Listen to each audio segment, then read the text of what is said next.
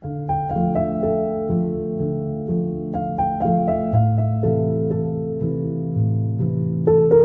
oudste seun Henry is hier agter besig met karate. En as jy mooi luister, hoor jy die sensei se instruksies en sien dan hoe die studente sy stem en instruksie volg. Want sukses is gekoppel aan die vermoë om te doen wat gevra word. En so is dit ook in 'n mate met die woord van God. Daar is iets kragtigs en teder aan die woorde van Psalm 95. Dit nooi ons nie net tot lofliedere, maar tot 'n diep bewuswording van wie God is en wie ons is in ons verhouding met hom. In 'n wêreld vol afleiding en selfgerigtheid herinner hierdie Psalm ons daaraan, aanbidding is meer as sang, dit is gehoorsaamheid. Dit is meer as buig, dit is om te luister.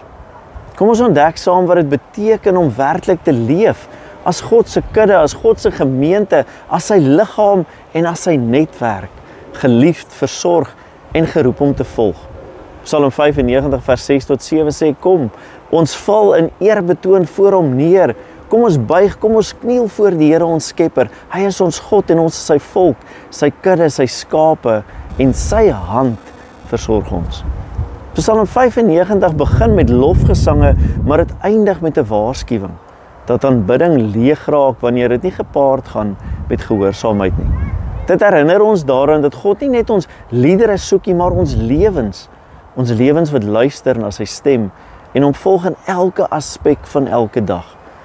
Die beeld van God as herder en ons as sy skape is deurlopend deur die woord van God. Psalm 23 en dan Johannes 10 vers 27 wat sê, my skape luister na my stem, ek ken hulle en hulle volg my.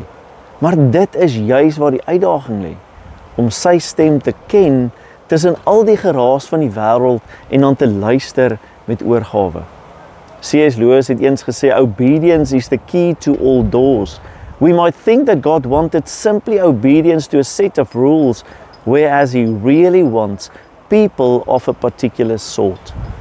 Ons geloof moet 'n melodie wees wat sigbaar en hoorbaar is in ons dade, hoe ons liefhet, hoe ons werk, hoe ons vergewe en hoe ons getuig na die wêreld toe.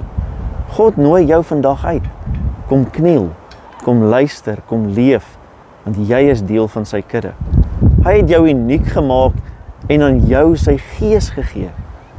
Wees vandag ingestel om sy stem te hoor en sy wil te doen, daar waar hy jou geplaas het.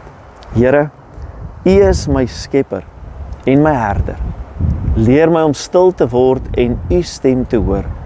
Gee my 'n hart wat luister en gehoorsaam leef, sodat my lof vir U nie net woorde is nie, maar 'n lewe van aanbidding. Amen. Dankie dat jy vandag ingeskakel het en mag jy werklik waar God se stem hoor. 'n Geseënde naweek en gaan deel gerus hierdie boodskap met hulle wat soms sukkel om God se woord en sy stem te hoor. Tot volgende keer. Totsiens.